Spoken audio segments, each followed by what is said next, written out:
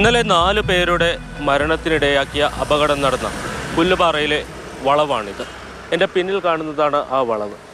ദേശീയപാതയുടെ നിർമ്മാണവുമായി ബന്ധപ്പെട്ട് ഈ വളവിലെ അശാസ്ത്രീയതയാണ് അപകടങ്ങൾക്ക് കാരണം എന്നുള്ളതാണ് ഈ പ്രദേശത്തുള്ള ആളുകളുടെ പ്രധാന ആരോപണം. ഇതിനു മുമ്പ് പലതവണ അപകടങ്ങൾ ഉണ്ടായിട്ടുണ്ട്. ഏതാണ്ട് 15ഓളം പേരുടെ ജീവൻ ഇവിടെ മാത്രം നഷ്ടപ്പെട്ടിട്ടുണ്ട്. ഇവിടെ നമുക്ക് നോക്കിയാൽ കാണാൻ കഴിയും. ഇവിടെ മുകളിൽ നിന്ന്, അതായത് കുട്ടിക്കാനം ഭാഗത്തു നിന്ന് വരുന്ന റോഡ് ഈ വളവിലെത്തുമ്പോൾ തീരെ വീതി കുറവാണ്. അവിടെ ഒരു കെട്ടിടം ഉണ്ട്. ആ വളവ് നിവർത്തുന്നതിന് ആ കെട്ടിടം ഒരു തടസ്സമാണ് എന്നുള്ളതാണ്.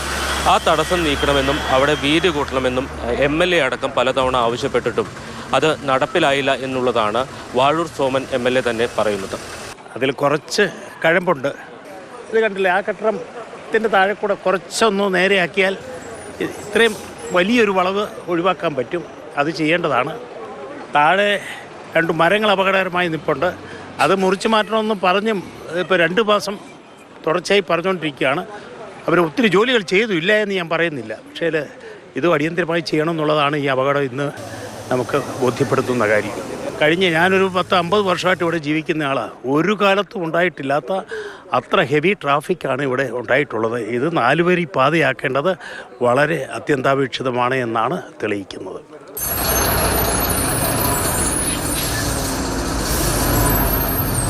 അപകട വളവിലെ ഈ ഓട കൂടുതൽ അപകടം സൃഷ്ടിക്കുന്ന ഒന്നാണ്. ഈ ഓട ഉള്ളതുകൊണ്ട് തന്നെ ഇടതുവശത്തു കൂടി വരുന്ന വാഹനങ്ങൾ ഈ വളവെത്തുമ്പോൾ അല്പം കൂടി വലതുവശത്തേക്ക് കയറ്റി വളയ്ക്കേണ്ടി വരുന്നുണ്ട്. എന്തിന് സേഫ് സോൺ നടപ്പിലാക്കിയ ഒരു റോഡാണിത്. ആ റോട്ടിൽ വലിയ വാഹനങ്ങളുടെ കാഴ്ച മറയ്ക്കുന്ന ഈ ചെടികൾ പോലും അവിടെ നിന്ന് നീക്കം ചെയ്യാൻ അധികൃതർ തയ്യാറായിട്ടില്ല. ഇതെല്ലാം നാട്ടുകാർ ഒരു പരാതിയായി ഉന്നയിക്കുന്നുണ്ട്. ഇത് ഈ 1.5 ഇഞ്ചോളം ഇപ്പോൾ ഈ പൊക്കം കൂടുതൽ വന്നിരിക്കുന്നത് ഇവിടെ നല്ലൊരു മറിവാണ്. ഇത് ഞങ്ങൾ 2012 മുതൽ പരാതി അയക്കുന്നതാണ്. ഇവിടെ ഇതിനു മുമ്പ് ഒരു ബസ് ചേർന്നാണ്, ഈ കയ്യാലെ ചേർന്നാണ്. ആ പരാതി അയച്ചിട്ട് ഇതുവരെ ഒരു തീരുമാനമില്ല. ഈ ഓടയ്ക്കൊരു സ്ലാബ് ഇട്ടാൽ മതി, നല്ല കട്ടി കൂടിയൊരു സ്ലാബ് ഇട്ടാൽ മതി, ആ പ്രശ്നങ്ങൾ തീർന്നു പോകും. ഈ സൈഡിലേക്ക് ചെരിവാണ്, ഇതുണ്ടോ വണ്ടി ചെരിയുന്നുണ്ടോ? ഇതുപോലെ വണ്ടി ഇങ്ങോട്ട് ചെരിഞ്ഞ് വരുമ്പോഴത്തേന് അവരുടെ കയ്യിൽ നിന്ന് നിയന്ത്രണം വിട്ടുപോകും. കാരണം വേറെ അയൽ സംസ്ഥാനത്തിൽ നിന്ന് വരുന്നവർക്ക് ഈ വഴിയെക്കുറിച്ച് യാതൊരുവിധ വിവരങ്ങളും ഇല്ല. പുല്ലുപാറയിലെ ഈ വളവ് ഒറ്റപ്പെട്ടതല്ല. ഇതേപോലെ നമ്മുടെ ദേശീയപാതയിലും അതോടൊപ്പം തന്നെ സംസ്ഥാന പാതയിലുമെല്ലാം ഇത്തരം വളവുകളും അശാസ്ത്രീയ നിർമ്മാണങ്ങളുമുണ്ട്.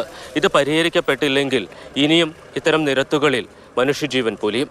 ഇടുക്കിയിൽ നിന്ന് ജൈനസ് രാജു, മാതൃഭൂമി ന്യൂസ്.